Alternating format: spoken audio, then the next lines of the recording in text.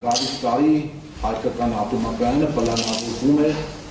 3 ամսով ավել վերանորոգման մեջ պահել, այսինքն 5 ամիս ինքը կանգառի մեջ չլինելու, սովորական 2 ամսվա փոխարեն։ 2026-ի ապրիլի 1-ից սեպտեմբերի 1-ն է ատոմակայանի կանգառը, մանրամասներն արդեն հայտնում է Հանրային ծառայությունները կարգավորող հանձնաժողովի սակագնային քաղաքականության վարչության պետ Աշոտ Ուլիխանյանը։ 2 ամսվա կանգառը ամեն տարի է լինում պլանային վթարավերականգնողական աշխատանքների իրականացման համար, բայց 2026-ին 2-ի փոխարեն 5 ամիս է տևելու, քանի որ 2026-ից եւս 10 տարով կերկարաձգվի Մեծամորի ատոմակայանի շահագործման ժամկետը։ Մեծածավալ կապիտալ բնույթի նորոգման աշխատանքներ են իրականացվում, որպեսզի հնարավոր լինի կայանը եւս լրացուցիչ ժամկետով շահագործելու։ Սա երկրորդ անգամն է, որ 10 տարով երկարաձգվում է շահագործումը։ Աշոտ Ուլիխանյանը կարճ էքսկուրս է անում։ Ատոմակայանի նախագծային շահագործման ժամկետը ավարտվում էր 2016 թվականին, եւ որպեսզի կայանը հնարավորություն ունենա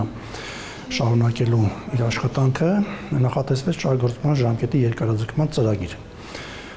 Ծրագրով նախատեսված աշխատանքները առաջին փուլի համար սկսվեցին 2016 թվականից։ Արդյունքում կայանը հնարավոր եղավ շահագործել եւս 10 տարի։ Այս երկրորդ փուլով ատոմակայանը հնարավոր է լինելու շահագործել մինչև 2036-ը, բայց դրա համար միայն 2026-ին չէ, որ վերազինման ու նորոգման աշխատանքներ են տարվելու։ Սովորաբար մի քանի տարի տևում է, առաջին փուլն էլ ինքը 16 թվականից սկսվել էր եւ մի քանի տարի այդպես տևեց, ու երկրորդ փուլն էլ նախատեսվում է մինչև 2028 թվականը։ 5 ամսով ատոմակայանի կանգառը ինչ ռիսկեր է պարունակում, Ուլիխանյանը թվերով է ներկայացնում։ Օրինակ, եթե այս 25 թվականի համար պլանավորված էր ատոմակայանից առաքել 2.8 միլիարդ կիլովատժամ, ապա 26 թվականի համար կանխատեսվում է 1.9 միլիարդ կիլովատժամ շուրջ, այսինքն մոտ 900 միլիոն կիլովատժամով տարեկան կտրվածքով ավելի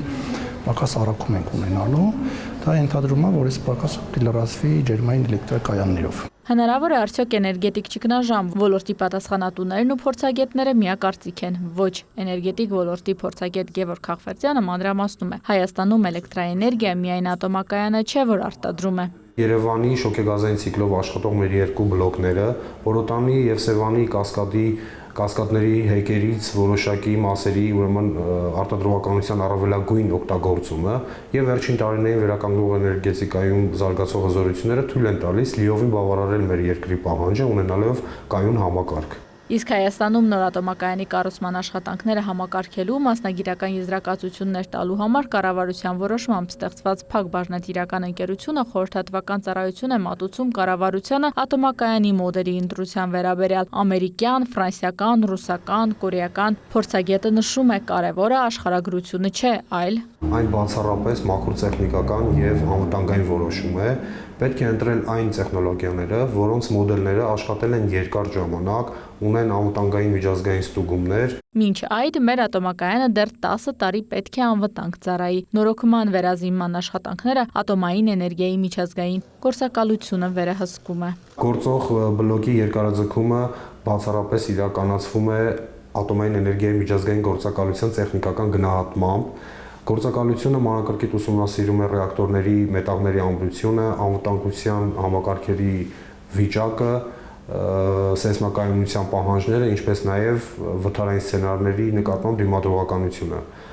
Եվ եթե դրական եզրակացություն է ստացվում, ապա այն լիովին անվտանգ է 10 տարով երկարացնելու համար։ Պետական բյուջեի կողմից տրամադրվող վարկային միջոցներով է իրականացվում, վարկային միջոցները, որը հետագայում սակագների միջոցով վերադարձվում են նորից պետական բյուջե։ Աշխատանքների